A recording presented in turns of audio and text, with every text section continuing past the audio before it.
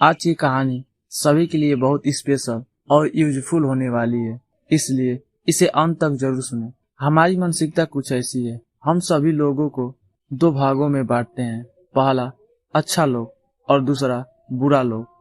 पर हम कभी यह प्रश्न अपने आप से नहीं पूछते हैं कि कोई व्यक्ति अच्छा या बुरा क्यों बन जाता है, क्योंकि ये आवश्यक सवाल नहीं है हम अच्छा कैसे बने, बल्कि आवश्यक सवाल यह है कि हम इतने बुरे क्यों बन गए और हम बुरे काम क्यों करने लगे।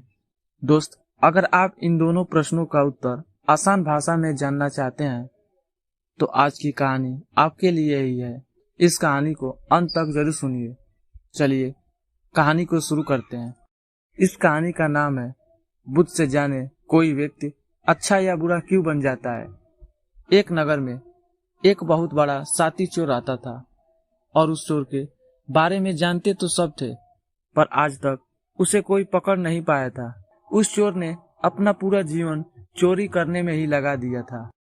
उसके पूरे नगर में और उसके आसपास के इलाकों में भी उसकी बराबरी का कोई चोर नहीं था। उस चोर का एक बेटा भी था जिसे वह अपनी तरह एक शातिर चोर बनाना चाहता था। वह शातिर चोर अपने बेटे को हमेशा एक ही बात सिखाता था, बेटा कभी भी साधु सन्यासी का उपदेश मत सुनना। अगर कोई तुमसे कुछ कहने भी लगे तो तुम अपने कान बंद कर लेना और वहां से भाग जाना।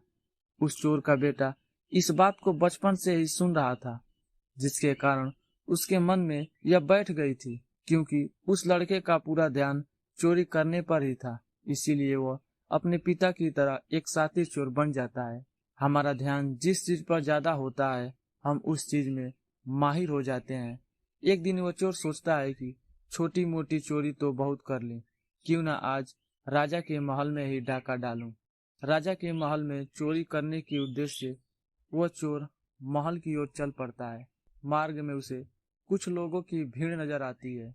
वह उस भीड़ को देखकर रुकता है और देखता है कि वे लोग क्या कर रहे हैं। जब वो चोर भीड़ के करीब जाता है तो देखता है कि सभी लोग एक एक करके एक सन्यासी के चरणों में गिरकर उसका आशीर्वाद ले रहे थे।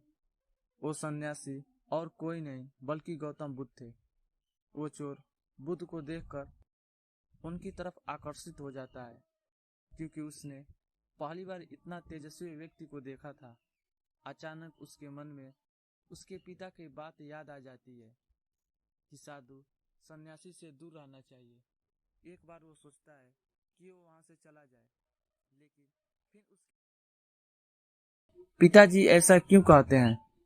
इस प्रश्न का उत्तर जानने के लिए चोर भी लोगों के साथ बैठ जाता है और गौतम बुद्ध का उपदेश सुनने लगता है। गौतम बुद्ध उस उपदेश में विश्वासघात के बारे में बताते हैं। उपदेश समाप्त होने के बाद वहां बैठे सभी लोग अपने अपने घर चले जाते हैं और वो चोर चोरी करने के लिए महल की ओर चल पड़ता है। रास्ते में चलते चलते चोर अपने मन में सोचता है क्यों न आज उपदेश में कही गई बातों को मानकर देखा जाए। जिसके बाद वो चोर दरवाजे से कूदने के बजाय महल के दरवाजे से प्रवेश करने लग जाता है। ऐसे करते देख महल का द्वारपाल उसे रोकता है और उससे पूछता है कि कौन हो और कहाँ जा रहे हो। वो चोर द्वारपाल से कहता है, मैं एक चोर हूँ और अंदर चोरी करने के लिए जा रहा हूँ। उस चोर की बात सुनकर द्वारपाल सोचता है कि महल का कोई नौकर होगा और मुझसे मजाक कर रहा है। वैसे भी कोई चोर अपने आप को कभी चोर नहीं बताता। और वो द्वारपाल उस चोर को महल के अंदर जाने के लिए प्रवेश करने देता है। महल में प्रवेश करने के बाद चोर उस तिजोरी तक पहुंच जाता है जहां पर खजाना रखा हुआ था। वो चोर उस तिजोरी को तोड़कर बहुत सारा धन अपनी पोटली में भर लेता है और जैसे ही धन लेकर वो चोर वहां से जाने लगता है तो उसे रसोई नजर आती है। महल के सभी लोग सो रहे थे, इसलिए रसोई में उस समय कोई भी नहीं था और उस चोर को बहुत जोर से भूख भी लगी हुई थी। इसीलिए वो चोर रसोई में जाता है और पेट भरकर भोजन करता है। भोजन करके वो चोर वहां से जाने लगता है। तभी अचानक उसे बुद्ध की दूसरी बात याद आ जाती है, जिसका हमने नमक खाया है, हमें कभी भी उसके साथ विश्वासघात नहीं करना चाहिए। वो चोर मन ही मन सोचता है कि मैंने इन राजमहल वालों का नमक खाया हुआ है और अगर मैं इनके धन को चुरा कर ले जाऊंगा तो विश्वासघात होगा। इसलिए वो चोर उस धन को रसोई में ही छोड़कर जाने लगता है। ऐसा करते हुए उसे महल का एक व्यक्ति देखता है और वो शोर मचा देता है कि महल में चोर घुस आया हुआ है। राजा के सिपाही उस चोर को पकड़ लेते हैं और उसे राजा के पास लेकर जाते हैं। और उसके बाद राजा उस चोर से पूछता है कि जब तुम धन को चुरा ही लिए थे तो तुम उसे छोड़कर क्यों जा रहे थे। वो चोर कहता है, एक सन्यासी के उपदेश के कारण। किसी के साथ विश्वासघात करना बुद्धिमानता नहीं बल्कि मूर्खता है। जिसके भोजन को खाकर हमें जीवन मिला है उसके साथ हमें कभी विश्वासघात नहीं करना चाहिए। उस व्यक्ति की बात सुनकर राजा प्रभावित हो जाता है और उस चोर से कहता है यदि तुम ऐसे उपदेश बचपन से ही सुनते तो तुम कभी भी चोर नहीं बनते। जाओ, मैं तुम्हें छोड़ देता हूँ, लेकिन एक बात हमेशा याद रखना, सही संगत और सही उपदेश व्यक्ति का जीवन बदल देता है।